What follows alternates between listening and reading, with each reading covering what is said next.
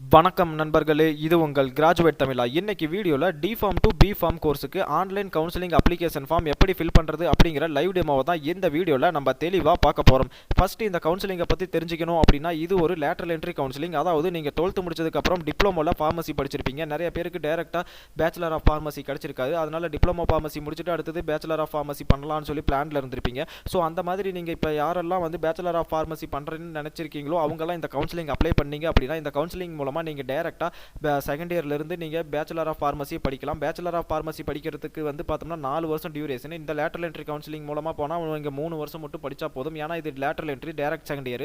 So அதுக்கப்புறமேட்டு இந்த bachelor of pharmacy கோர்ஸுக்கு கவர்மெண்ட் காலேஜ் மட்டும் 2 காலேஜ் தான் இருக்குது. அதே மாதிரி பிரைவேட் கல்லூரிகள் பார்த்தோம்னா 68 கல்லூரிகள் இருக்குது.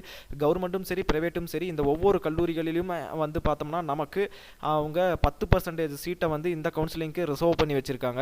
ஸோ அந்த 2 கல்லூரி கவர்மெண்ட்டில் எது அப்படின்னா மெட்ராஸ் மெடிக்கல் காலேஜ், இன்னொன்று பார்த்தோம் அப்படின்னா மதுரை மெடிக்கல் காலேஜ். பிரைவேட்டில் 68 கல்லூரிகள் இருக்குது. ஓகேவா? ஸோ இந்த கவுன்சிலிங் அப்ளை பண்ணுறதுக்கு நீங்கள் பிசி, எம்பிசி, டிஎன்சி, ஓசி கேட்டகரியாக இருக்கீங்க அப்படின்னா உங்களுக்கு 400 ரூபாய் அப்ளிகேஷன் ஃபீஸாக வாங்குவாங்க. நீங்கள் எஸ்சி, எஸ்சிஏ, எஸ்டி கேட்டகரியாக இருந்தால் உங்களுக்கு அப்ளிகேஷன் ஃபீஸ் அப்படிங்கிறது கிடையவே கிடையாது.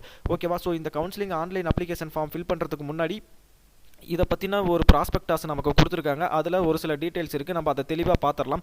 ஸோ ஃபஸ்ட்டு பார்த்தோம்னா இந்த கவுன்சிலிங் அப்ளை பண்ணுறதுக்கான டேட் பார்த்தோம்னா 12/12/2021 அன்றைக்கே ஓப்பன் ஆகிடுச்சு.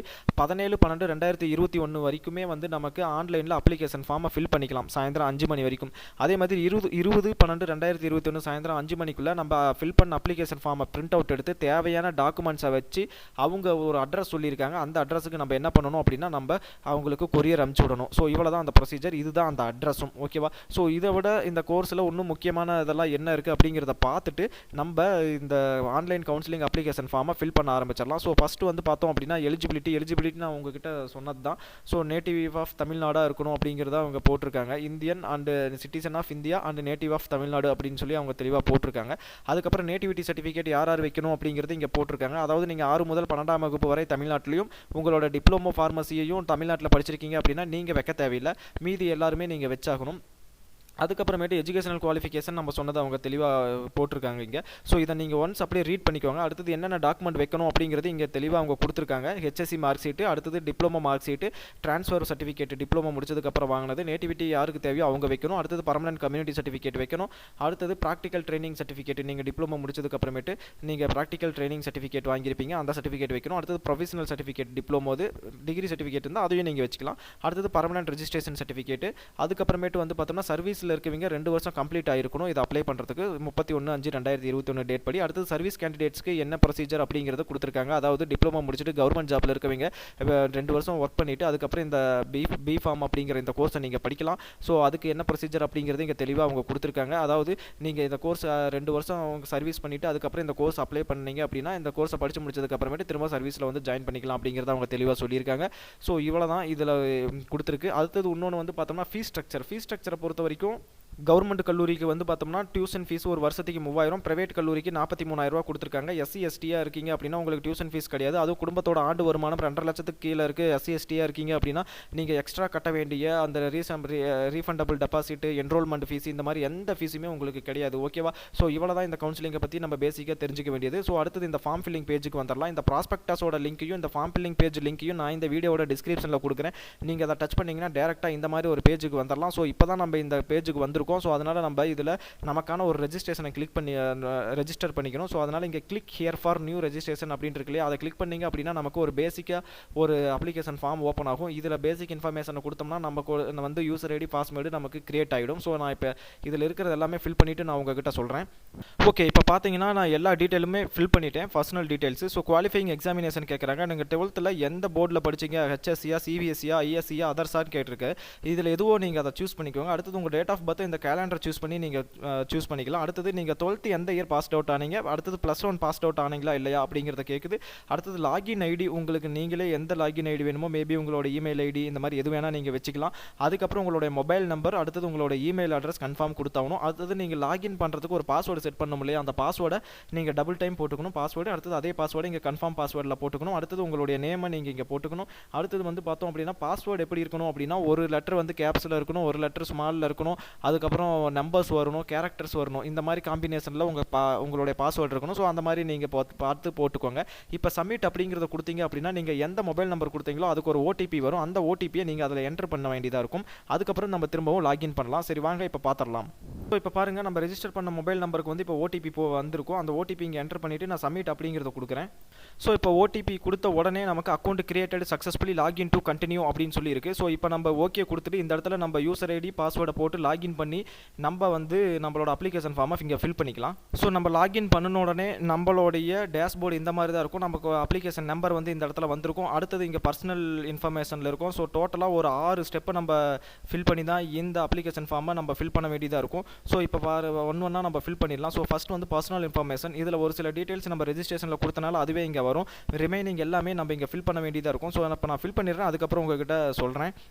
ஸோ இந்த பர்சனல் இன்ஃபர்மேஷன் செக்ஷனில் வந்து பார்த்தோம் அப்படின்னா நீங்கள் டேட் ஆஃப் பர்த் உங்களோட நேம் அங்கேயே வந்திருக்கும். ஜெண்டர் வந்து நீங்கள் மேலா ஃபீமேலா அப்படிங்கிறத சூஸ் பண்ணிக்கோங்க. அடுத்தது உங்கள் பேரண்ட் நேம் இங்கே டைப் பண்ணிக்கோங்க. நேஷனாலிட்டி இந்தியனா என்னங்கிறத சூஸ் பண்ணிக்கோங்க. அடுத்தது உங்களோட நேட்டிவிட்டி சூஸ் பண்ணணும். அடுத்தது ரிலீஜியன் சூஸ் பண்ணணும். அடுத்தது உங்களோட கம்யூனிகேஷன் அட்ரஸ் வந்து நீங்கள் சூஸ் பண்ணணும். ஸோ இந்த இடத்துல டைப் பண்ணிவிட்டு இதே அட்ரஸ் தான் உங்கள் பர்மனன்ட் அட்ரஸ் அப்படின்னா இந்த டிக் பாக்ஸை கொடுத்துட்டிங்கன்னா அதே அட்ரஸ் அப்படியே இங்கே வந்துடும். அதுக்கப்புறம் உங்களோட டிஸ்ட்ரிக்ட், அதோட பின்கோடு, ஸ்டேட் அதே ஆட்டோமேட்டிக்காக அங்கே வந்திருக்கும். அதுக்கப்புறமேட்டு வந்து பார்த்தோம் அப்படின்னா கம்யூனிட்டி வந்து நீங்கள் எந்த கம்யூனிட்டியோ அதை இதில் சூஸ் பண்ணிக்கணும். அந்த எந்த கம்யூனிட்டி சூஸ் பண்ணுறீங்களோ அதில் இருக்க சப் கேட்டகரி எல்லாமே இங்கே லிஸ்ட் அவுட் ஆகும். அதில் என்னவோ அதை நீங்கள் இங்கே கரெக்டாக கொடுத்துக்கோங்க. அடுத்தது ஆதார் கார்டு கேட்டிருக்காங்க. ஆதார் நம்பர் வந்து பார்த்தோமோ அப்படின்னா ஆப்ஷனில் தான் அதை கொடுக்கணும்னு அவசியம் இல்லை. உங்களோட கம்யூனிட்டி சர்டிஃபிகேட் டீட்டெயில்ஸ் கேட்டிருக்காங்க. அது எந்த டிஸ்ட்ரிக்ட்டில் கொடுத்தது, எந்த தாலுக்காவில் கொடுத்தது, இஸ்யூயிங் அத்தாரிட்டி தாசில்தாரா யார் கொடுத்தாங்க அப்படின்ட்டு இருக்கும். அடுத்தது அந்த சர்டிஃபிகேட் நம்பர் இருக்கும். அடுத்தது எந்த தேதியில் கொடுத்தாங்க அப்படிங்கிறது இருக்கும். இது எல்லா இன்ஃபர்மேஷனுமே உங்களோட சர்டிஃபிகேட்டில் இருக்கும். அதை பார்த்து நீங்கள் அப்படியே இங்கே போட்டால் போதும். அதுக்கப்புறமேட்டு இந்த இடத்துல வந்து ஸ்பெஷல் ரிசர்வேஷன் இன்ஃபர்மேஷன் அப்படின்ட்டு இருக்குது. இதில் வந்து பார்த்தோம்னா நீங்கள் பிசிக்கலி டிசேபிள்டான்னு கேட்குறாங்க. எஸ் அப்படின்னா அதுக்கான ப்ரூஃப்ஸை நீங்கள் வைக்கணும். நோ அப்படின்னா இங்கே நோ அப்படின்னு கொடுத்துட்டு இந்த இடத்துல சேவ் அப்போ வந்து கண்டினியூ அப்படிங்கிறத கொடுத்துருங்க. நெக்ஸ்ட் வந்து பார்த்தோம்னா நம்ம ஸ்கூல் ஆஃப் ஸ்டடி இந்த இன்ஃபர்மேஷன் ஓப்பன் ஆயிரும். இதில் வந்து நீங்கள் 6ஆம் வகுப்பு முதல் 12ஆம் வகுப்பு வரைக்கும் தமிழ்நாட்டில் படிச்சிருக்கீங்களான்னு கேட்குறாங்க. எஸ்னா எஸ் அப்படின்னு கொடுத்துட்டீங்க போதும். அடுத்தது நீங்கள் வந்து 6ஆம் வகுப்பு முதல் 12ஆம் வகுப்பு வரை தமிழ்நாட்டில் இருக்கக்கூடிய கவர்மெண்ட் ஸ்கூலில் படிச்சிங்களான்னு கேட்குறாங்க. அதாவது பியூர் கவர்மெண்ட் ஸ்கூல். இதில் 1 வருஷம் 2 வருஷம் நீங்கள் ப்ரைவேட்டு இல்லை கவர்மெண்ட் எய்டடு இந்த மாதிரி எதில் படிச்சிருந்தாலும் நோ அப்படின்னு தான் கொடுக்கணும். பியூர் கவர்மெண்ட்டில் படிச்சிருந்தால் மட்டும்தான் 6ஆம் வகுப்பு முதல் 12ஆம் வகுப்பு வரை படிச்சிருந்தால் மட்டும்தான் நீங்கள் என்ன பண்ணணும், இந்த இடத்துல எஸ் அப்படின்னு சொல்லி கொடுத்துட்டு நீங்கள் வந்து இந்த காலமாக ஃபில் பண்ண ஆரம்பிக்கணும். அதுக்கு இல்லைன்னா நோ கொடுத்துட்டு இந்த காலமாக ஃபில் பண்ண ஆரம்பிங்க. ஓகேவா? நீங்கள் 6ஆம் வகுப்பு முதல் 12ஆம் வகுப்பு வரை எந்த வருஷம் பாஸ்ட் ஆனீங்க, அதோட பள்ளி பெயர், அந்த பள்ளியோட டைப்பு, டிஸ்ட்ரிக்ட், அதோட ஸ்டேட் இங்கே ஆட்டோமேட்டிக்காக வந்திருக்கும். நம்ம இங்கே எஸ் அப்படின்னு சொல்லி கொடுத்தனால. ஸோ இந்த ஸ்கூல் டைப்பில் நிறைய டைப் இருக்குது. நீங்கள் வந்து பார்த்தோம்னா சிபிஎஸ்சி ஸ்கூலா, ஆங்கிலோ இந்தியன் ஸ்கூலா, அல்லது ஃபாரஸ்ட் டிபார்ட்மெண்ட் ஸ்கூலா, கார்பரேஷன் ஸ்கூலா, முனிசிபாலிட்டி ஸ்கூலா, கவர்மெண்ட் ஸ்கூலா, இல்லை ஃபுல்லி எய்டடா, பார்சலி எய்டடா, இல்லை ப்ரைவேட் ஸ்கூலாக இருந்தால் நம்ம நீங்கள் எந்த ஆப்ஷன் கொடுக்கணும் அப்படிங்கிற டவுட் நிறைய பேருக்கு வருது. நீங்கள் ப்ரைவேட்டாக இருக்கீங்கன்னா இங்கே செல்ஃப் ஃபினான்சிங் மெட்ரிக் அப்படின்னு சொல்லி இருக்கும். ஸோ அந்த ஆப்ஷன் கொடுத்துக்கோங்க. பாருங்கள் இந்த இடத்துல செல்ஃப் ஃபினான்ஸ் மெட்ரிக் அப்படின்ட்டு இருக்குது. இதுதான் ப்ரைவேட் ஸ்கூல். நீங்கள் இதை கொடுத்துக்கலாம். ஓகேவா? ஸோ இதை நான் ஃபில் பண்ணிவிட்டு உங்ககிட்ட நான் சொல்கிறேன். ஸோ இப்போ நான் வந்து இந்த ஸ்கூல் இன்ஃபர்மேஷனை நான் ஃபில் பண்ணிவிட்டேன். இதை ஃபில் பண்ணி முடிச்சதுக்கப்புறமேட்டு நீங்களும் இதே மாதிரி கரெக்டாக ஃபில் பண்ணிடுங்க. கவர்மெண்ட் ஸ்கூலாக, பார்சியலி எய்டடாக அதை கரெக்டாக பார்த்துருங்க. அதை பார்த்ததுக்கப்புறமேட்டு சேவ் அண்ட் ப்ரொசீட் அப்படின்னு சொல்லி கொடுத்துட்டோம் அப்படின்னா நம்ம 3வது வந்து அகடமிக் இன்ஃபர்மேஷனுக்கு போயிடுவோம். அந்த அகடமிக் இன்ஃபர்மேஷனில் ஒரு சில டீட்டெயில்ஸ் நமக்கு இங்கேயே வந்திருக்கும். அடுத்தது வந்து பார்த்தோம் அப்படின்னா நம்ம ஹெச்எஸ்சி குவாலிஃபைடான இயர் எந்த இயர்னு கேட்குது, அதை இங்கே கொடுத்துக்கணும். அடுத்தது நீங்கள் எத்தனை அட்டம்ப்டில் ஹெச்எஸ்சி பாஸ் பண்ணீங்கன்னு கேட்குது. ஒரே டைம் எழுதி எல்லாத்துலேயும் பாஸ் பண்ணியிருக்கீங்க அப்படின்னா இந்த 1வது ஆப்ஷனை கொடுத்துருங்க. அடுத்தது ஹெச்எஸ்சி குரூப் கோட் என்ன அப்படிங்கிறது உங்களுடைய மார்க் ஷீட்டை பார்த்தீங்கன்னா அதுலேயே இருக்கும், அதை கொடுத்துருங்க. அடுத்தது உங்களோட ஃபார்மசிஸ்ட் ரெஜிஸ்ட்ரேஷன் நம்பரை நீங்கள் இங்கே போட்டுக்கணும். அடுத்தது வந்து பார்த்தோம்னா இப்போ இந்த கவுன்சிலிங் அப்ளை பண்ணுறதுக்கு முன்னாடியோ அதாவது இந்த கவுன்சிலிங் அப்ளை பண்ணுறதுக்கு முன்னாடி நீங்கள் ஏதாவது ஒரு கோர்ஸ் கம்ப்ளீட் பண்ணியிருக்கீங்க அப்படின்னாலும் எஸ் கொடுங்க. ப்ரொஃபஷனல் கோர்ஸ் இல்லை அந்த கோர்ஸுக்கு போயிட்டு இருக்கீங்க அப்படின்னா எஸ் கொடுங்க. இல்லைன்னா நோன் கொடுத்துருங்க. எஸ் கொடுத்தா அது என்ன மாதிரியான கோர்ஸ் அப்படிங்கிறது இங்கே நீங்கள் சூஸ் பண்ணிக்கணும். நோன் கொடுத்தா எதுவுமே போட தேவையில்லை. அதுக்கப்புறமேட்டு வந்து பார்த்தோம்னா உங்களோட +2 குரூப் என்னவோ அதை இங்கே சூஸ் பண்ணிக்கோங்க. அந்த குரூப்பை சூஸ் பண்ணிவிட்டு அந்த குரூப்பில் நீங்கள் ஒவ்வொரு சப்ஜெக்ட்டுக்கும் மேக்ஸிமம் மார்க் எவ்வளோக்கு எழுதுனீங்க, அதில் எவ்வளோ மார்க் வாங்கினீங்க அப்படிங்கிறத இங்கே டைப் பண்ணிக்கணும். அதுக்கப்புறமேட்டு வந்து பார்த்தோம் அப்படின்னா நீங்கள் number of attempts in second year diploma in pharmacy examination. Second year diploma pharmacy எக்ஸாமில் நீங்கள் எத்தனை அட்டம்ப்ட் வச்சு பாஸ் பண்ணீங்க அப்படின்னு கேட்குறாங்க. அதாவது அரியர் எல்லாம் வச்சு எழுதிருப்பீங்க இல்லையா, அது எல்லா பேப்பரும் எத்தனை முறையில் கிளியர் பண்ணீங்க, அதாவது ஒரு பேப்பரை வந்து எத்தனை முறை அரியர் வச்சு எழுதுனீங்கன்னு கேட்குறாங்க. அதாவது செகண்ட் இயரில் இருக்கக்கூடிய மொத்த பேப்பரையுமே நீங்கள் கிளியர் பண்ணதை கணக்கு பண்ணி இங்கே போடணும். ஓகேவா? ஒரே அட்டம்ப்ட்னா ஒரே அட்டம்ப்ட், 2 அட்டம்ப்ட்னா 2 அட்டம்ப்ட், அந்த மாதிரி நீங்கள் கரெக்டாக போட்டுக்கணும். ஓகேவா? அதே மாதிரி வந்து ஃபஸ்ட் இயரில் நீங்கள் மேக்ஸிமம் மார்க் எவ்வளோ அந்த செம்மில் ரெண்டு செம்முக்கும் சேர்த்து, அதுக்கப்புறமேட்டு வந்து பார்த்தோம்னா செகண்ட் இயரில் எவ்வளோ அப்படிங்கிறத நீங்கள் போட்டுக்கணும்.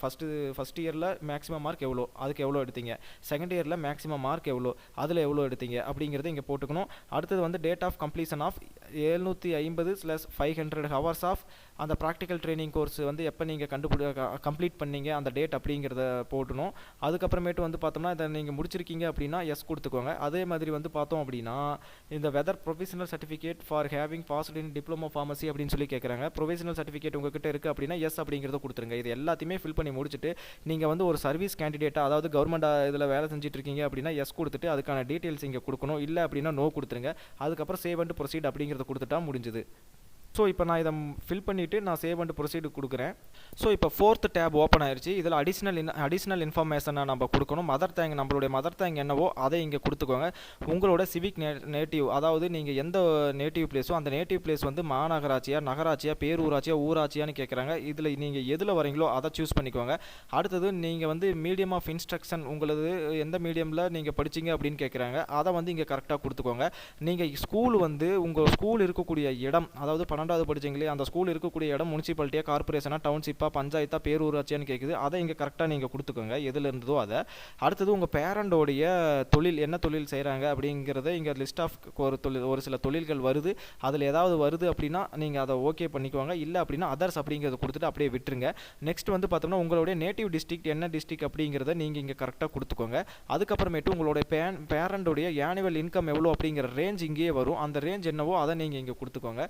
நெக்ஸ்ட் நீங்கள் வந்து ஃபஸ்ட்டு கிராஜுவேட் டியூஷன் ஃபீஸ் வந்து வேணும் அப்படிங்கிறீங்க அப்படின்னா நீங்கள் எஸ் கொடுத்துக்கோங்க. அந்த சர்டிஃபிகேட்டையும் நீங்கள் இப்போயே இதை கூடயே நீங்கள் அட்டாச் பண்ணி அனுப்பணும். சர்டிஃபிகேட் வாங்காதவங்க அந்த சர்டிஃபிகேட் அப்ளை பண்ணதுக்கு வந்து உங்களுக்கு 60 ரூபாய்க்கான ஒரு ஒப்புகை சீட்டு தருவாங்க. அதை வந்து இப்போதைக்கு அனுப்பிச்சுடுங்க. ஓகேவா?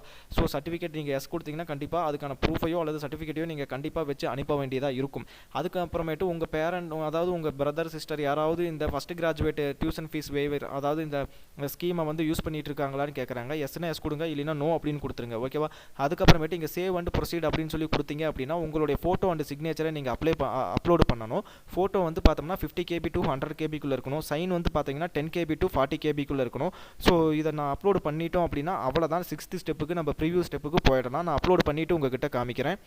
ஸோ இங்கே பாருங்கள், இப்போ நம்ம வந்து ஃபோட்டோவையும் சைனையும் நம்ம அப்லோடு பண்ணியாச்சு. அப்லோடு பண்ணிவிட்டு நெக்ஸ்ட் கொடுத்தோன்னே நமக்கு ப்ரிவ்யூ சப்மிட் அப்ளிகேஷன் அப்படிங்கிற இந்த பேஜுக்கு வந்தது. இந்த பேஜில் வந்ததையும் நீங்கள் ஃபில் பண்ண டீட்டெயில்ஸ் எல்லாமே இங்கே வரும். இதில் வந்து பார்த்தோமா அப்படின்னா உங்களுடைய அந்த ஃபோட்டோ வந்து இங்கே வராது. ஏன்னா இந்த இடத்துல நீங்கள் மேனுவலாக என்ன ஃபோட்டோவை ஆன்லைனில் அப்ளிகேஷனில் அப்லோடு பண்ணீங்களோ அதே ஃபோட்டோவை நீங்கள் இங்கே பேஸ்ட் பண்ணணும். ஓகேவா? ஸோ இந்த டீட்டெயில்ஸ் எல்லாமே நீங்கள் கரெக்டாக இருக்குதான்னு படித்து பார்த்துக்கோங்க. பார்த்துக்கிட்டு இதில் ஏதாவது மிஸ்டேக் பண்ணியிருக்கீங்க அப்படின்னு தோணுச்சுன்னா இதை கீழே வந்தீங்க அப்படின்னா எடிட் அப்ளிகேஷனில் போய் அதை எடிட் பண்ணிவிட்டு அதுக்கப்புறம் சப்மிட் பண்ணுங்கள். ஓகேவா? நீங்கள் வந்து பிசி, எம்பிசி, டிஎன்சி கேட்டகரியாக இருக்கீங்க அப்படின்னா உங்களுக்கு இந்த ப்ரிவ்யூ ஸ்டெப்புக்கு முன்னாடியே பேமெண்ட் அப்படிங்கிறத நீங்கள் பண்ண வேண்டியதாக இருக்கும். ஆன்லைனில் நம்ம பேமெண்ட் பண்ணணும் 400 ரூபா. இப்போ எஸ்சி, எஸ்டி, எஸ்சிஏ கேண்டிடேட்டாக இருந்தால் அவங்களுக்கு பேமெண்ட் கிடையாது. அதனால் டேரெக்டாக இந்த ப்ரிவ்யூ செக்ஷனுக்கு நமக்கு வந்தாச்சு. இப்போ வந்து இந்த இடத்துல சப்மிட் அப்ளிகேஷன் அப்படின்னு இருக்கு இல்லையா, இதை கொடுத்துட்டோம் அப்படின்னா நமக்கு இந்த மாதிரி ஒரு பாப்பப் வரும். அதாவது ஒன்ஸ் இப்போ நீங்கள் சப்மிட் பண்ணிட்டீங்க அப்படின்னா அதில் எந்த சேஞ்சஸும் பண்ண முடியாது அப்படின்னு சொல்லி வரும். ஓகே அப்படிங்கிறத பட்சத்தில் நீங்கள் கன்ஃபார்ம் அப்படிங்கிறத கொடுத்துக்கோங்க. அதை கொடுத்ததுக்கு அப்புறமேட்டு பார்த்தீங்க அப்படின்னா நமக்கு இந்த மாதிரி பேஜ் வரும். இதில் திரும்பவும் நம்ம போய் B.Pharm லேட்ரல் என்ட்ரி கோர்ஸ் அப்படிங்கிற இந்த டேபை கொடுத்துக்கோங்க. இந்த டேபை கொடுத்துட்டு திரும்பவும் நீங்கள் உங்களுடைய யூசர் ஐடி பாஸ்வேர்டை போட்டு உள்ளே போகணும்.